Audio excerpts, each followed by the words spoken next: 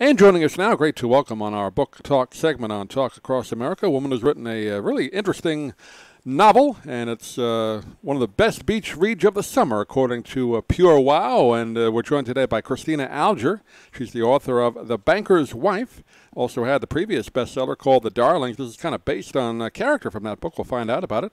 And Cristina joined us from, I believe, New York City today, right, Cristina?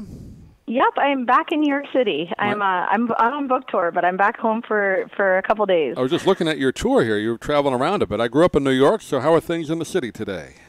They are nice. When I left, it was 1,000,000 degrees here, and it's cooled down a lot. That's what I heard. I came back at the right time. You were hotter than we were here in Florida. So I know. It was crazy last week, so I was glad to sneak out for a couple days. Well, first of all, congratulations on the previous book, which did so well, and the character. If I don't like to give away too much, but I believe some of the characters in this current book are based on the previous book, The Darlings, right? Yes, so I took a minor character from The Darlings, Marina Tourneau, who at that time is sort of a young, hungry journalist, and she now becomes one of the protagonists in this book, although it's not, you can read them as standalone books, but she's a character in both books. And this book takes place in the world of finance, and just reading through your notes, you were a former financial analyst, so you're writing from what you know. I am a write what you know person. Yeah. So I spent my 20s working in finance and in law. I went to law school, and so I tend to write stories that are kind of based in in news and sort of politics and the law, and sort of drawing on my background. Well, my dad was a banker for 42 years, so when I saw the title from the publicist, I had to have you on, no matter what it was about. So the Dime Savings Bank, which no longer exists. What's that? I said, hopefully he wasn't an offshore banker, but no, it was in Brooklyn and New York City, the Dime Savings Bank. But the title is intriguing, and again, I don't want to give too much away, but something happens, and give the capsule summary for our listeners.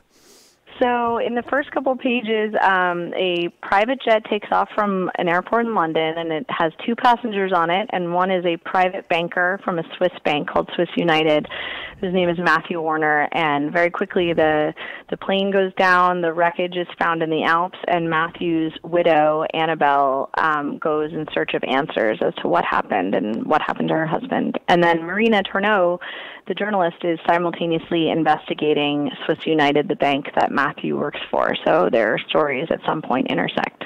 Also, I guess Marina Tourneau, she's engaged to the son of the president in the book, so that adds a little politics to it, right?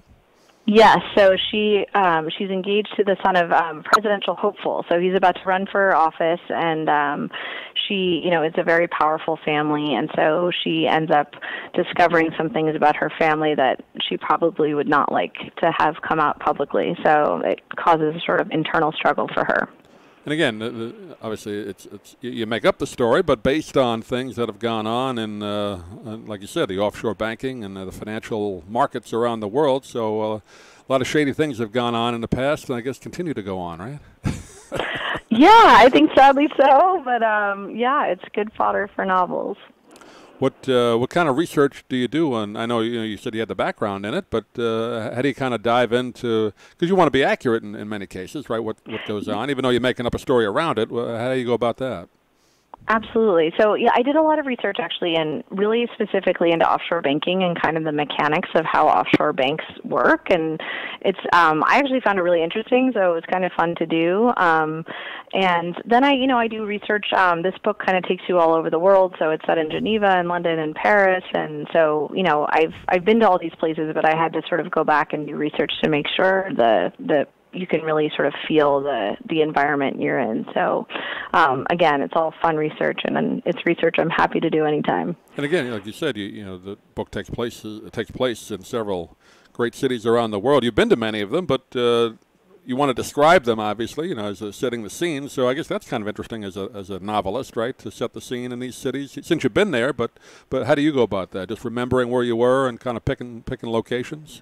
Yeah, I try and only write about locations that I've been to enough that I feel comfortable writing about. So I never set my books in places I've never been to at all. Right. But I do spend a lot of time online sort of looking at maps, looking at photographs, and then I always try and talk to as many locals as I can. So I say, like, where do you guys have dinner? What do you, what's your day like? Walk me through, like, how you get to work. And so I kind of drew on a lot of kind of local knowledge for especially Geneva, Paris, and London. I spoke to a lot of people that live there and could kind of give me the, walk me through their life there.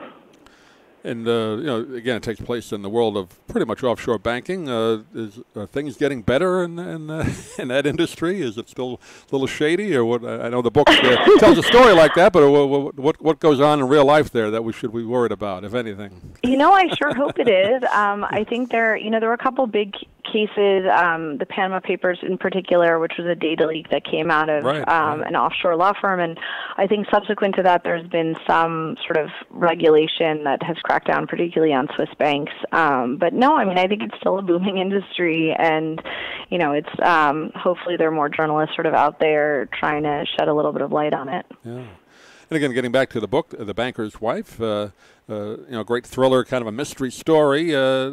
I like to ask novelists this: how do you kind of plot your plot line, if that's the best way to put it? Do you write out an outline, or how do you go about it?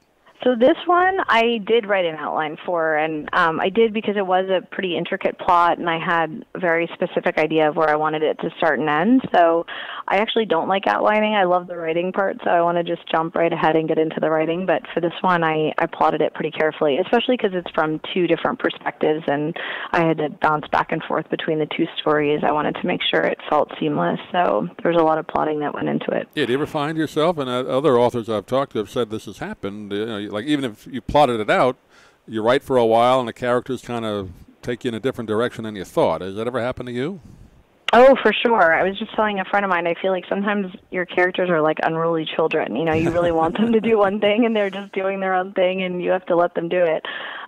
So there's actually a character in this book, and I don't want to give too much away, but there's a woman who gets introduced early on and she becomes a much bigger character as the book goes on. And she was a surprise for me. I didn't anticipate her being a major character, but she sort of demanded to be, so I let her.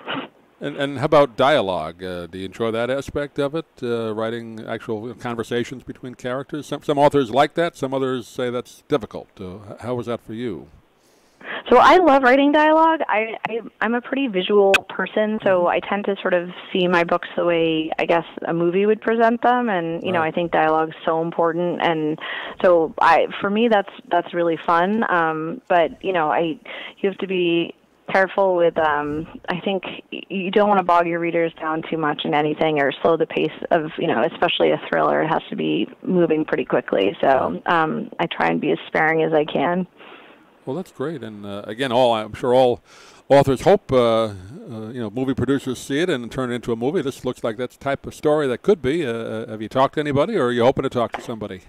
I have, yeah. We're sort of working on that now, so fingers crossed. Great. Well, please let us know on that. But in the meantime, we invite all of our listeners to go check The Banker's Wife. Christina Alger has been our guest. Christina, do you have a website you can direct people to, get more information? Yeah, it's Christina Alger. It's Christina with no H. It's ChristinAalger.com. And I'm on social media, and the book's out now, The Banker's Wife, and it's wherever books are sold. Great, and we'll have a link as well on our website. But Christina, pleasure talking to you. Good luck Likewise, with the book, and we'll talk to you soon.